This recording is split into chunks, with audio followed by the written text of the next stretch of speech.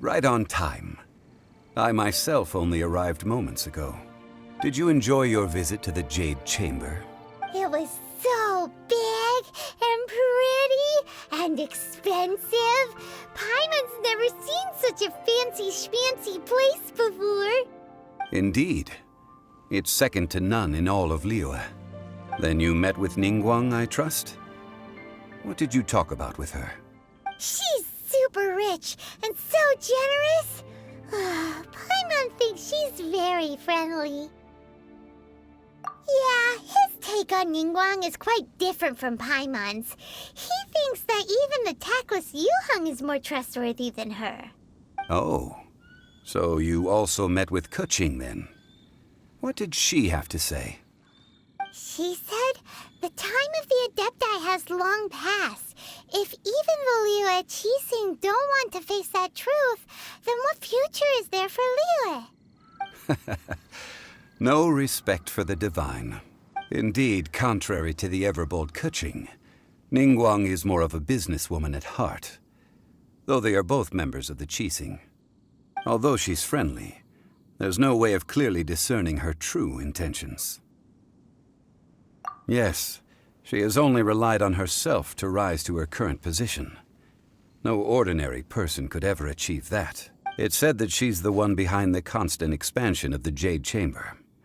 It's the second most important thing to her. Even if she ever gave up the position of Tianquan, she would never give up the Jade Chamber. The Jade Chamber is only second. What's the most important thing to her then? Why, Mora, of course. All Ningguang talked about was the Fatui this and the Fatui that. She said that after Rex Lapis was murdered, the Fatui have constantly been trying to sink their fingers into Liyue, and that they aren't to be trusted. That is how the Fatui have always been. It doesn't surprise me in the least. No matter what they may be planning, you must be careful when dealing with the Fatui. Always be on your guard. So, is there anything we need to get for the rite of parting in Dihua Marsh? Yes, as a matter of fact, there is. Today, we'll be gathering wild glaze lilies. Glaze lilies? Well, why did we come all the way out here? Doesn't the garden in Yujing Terrace have some? Even Qingse Village has glaze lilies. Oh, right! Paimon remembers that Madame Ping is always tending to flowers. Maybe we could ask her. No. Those lilies have all been gardened by people. They won't do it all. Dihua Marsh used to be full of glaze lilies. It is a sort of joyful flower that listens to human song. Before the Archon War, Dihua Marsh was all dry land and fertile soil. But the war caused landslides, and the land was flooded, turning it into the marsh you see now. Nearly all the glaze lilies were wiped out. Of course, there are some kinds of flowers that have been preserved and gardened by people in the city. But very few people know that glaze lilies may still be found in the wild. Wild glaze lilies have the strongest fragrance. If we want to follow the true tradition of the rite of parting, we must grind up the wild lilies and place the powder in a censer of everlasting incense. But I'll need your assistance in gathering these flowers. No, I need you to sing to them. Singing to the flowers will make them more fragrant. So how good is your singing? Really? Why doesn't Paimon believe you? We'll only know once he starts singing.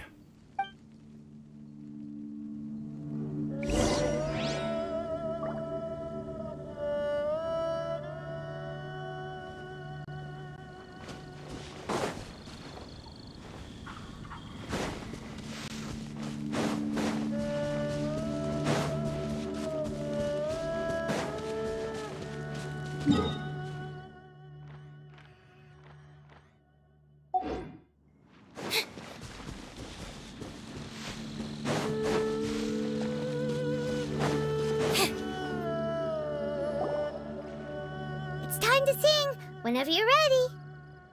Da da da da da da da da da da.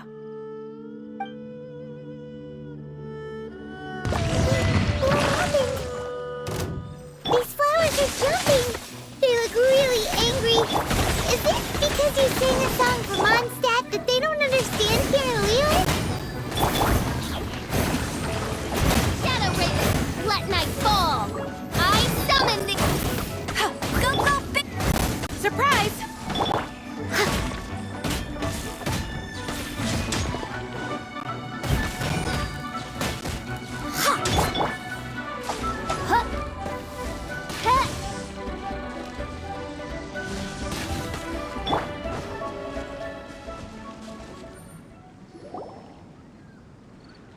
Those weren't glaze lilies. Glaze lilies wouldn't hit people. This little monster is known as a whopper flower.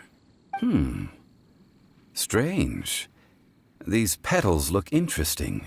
The glaze lilies used as a disguise were buried with the whopper flower for too long. The result seems to have surprisingly potent medicinal value. Let's collect what we can of these petals. Well, that's nice and all, but will those petals be useful for the rite of parting? Unfortunately, no. That's so lame. Excuse me. Are you searching for glaze lilies? Oh, hey! It's... What's-her-face? Paimon can't remember. Hello, traveler. I'm surprised you still remember my name. Ah, that reminds me. How was your visit to the Jade Chamber? Well, it sure would have been better if you told us how to get up there. Didn't I tell you the way? Surely I did. Nope, we found the way on our own. Oh, I see. Uh-oh. I guess I really did forget to tell them. Something seems a little off about Ganyu. She's acting different from the first time we met. Where's her serious attitude now? Ah, well, I met you at that time as an emissary of the Tianquan. But now, I am simply out on a stroll to see the flowers. You came all the way out here to see the flowers? Why not just enjoy the gardens of the city? Yujing Terrace is where Rex Lapis parted from this world. If I strolled through those lonely gardens now, I wouldn't be able to bear it. Whenever my duties take me near Yujing Terrace these days, I draw the windows to block my view of the gardens. Oh, sorry. We shouldn't have brought it up. No, it's quite all right. I just haven't processed my emotions yet. When the Archon War came to its end 2,000 years ago, the first iteration of the Seven would gather in Liyue and drink with Rex Lapis. But 5 of those original 7 had already passed before Rex Lapis. It's truly a changing of the guard. Yes, now that the spirit of Rex Lapis has returned to the heavens, only Barbados of Mondstadt remains of the first 7. The other 5, including Inazuma's Raiden Shogun, are no longer the same friends from 2,000 years ago. Of the current 7 Archons, the youngest is Sumeru's god of Dendro. She is merely 500 years old, whereas Rex Lapis was more than 6,000 years old at the time of his passing. This means that Liyue had been under Rex Lapis's rule from the moment it was first founded 3,700 years ago. The city has never had to bid farewell to its deity.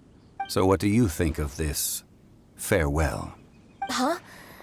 This is a little sudden. As a mortal, I've never dared to imagine a Liyue without Rex Lapis. But as an adeptus, I think I will eventually come to grips with reality. Since Rex Lapis has passed, the time of Liyue's contract with the gods and adepti has now reached its end. Huh?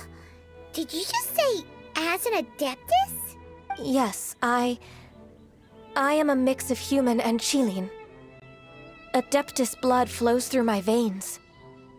I fought for Rex Lapis and the city of Liyue during the Archon War. After the war ended, I signed a contract with Rex Lapis and took the position as secretary for the Qixing. I've continued those duties to this very day.